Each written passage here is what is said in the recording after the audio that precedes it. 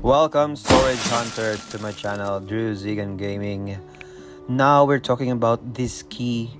If you want free diamonds, this is the answer, the master wrench or the master key to open the diamond safe. Why we need this? Of course, we're opening it and we don't need to go to the shopping mall just to bring it to the locksmith. Just have this key and you will have the free diamond after you won the auction, like this, plus 16 diamonds. Not bad.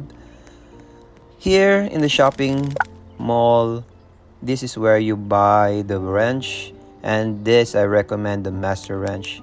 It not only opens the diamond safe but also the code safe, and this code safe brings or gives you not diamonds but items like the jukebox. Epic. Not bad.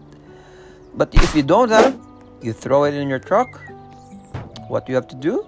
You travel, you bring it to the shopping mall, go to the locksmith, donate it to the locksmith to open it, find the slots. It takes time, 3 minutes. We'll just wait for 3 minutes after that, and voila, after 3 minutes, that's the time you open the diamond safe box or diamond vault. That's why you need the master wrench. So far, this is the best free method to get the free diamonds easily and the fastest way to get diamonds. Adios, mi amigos.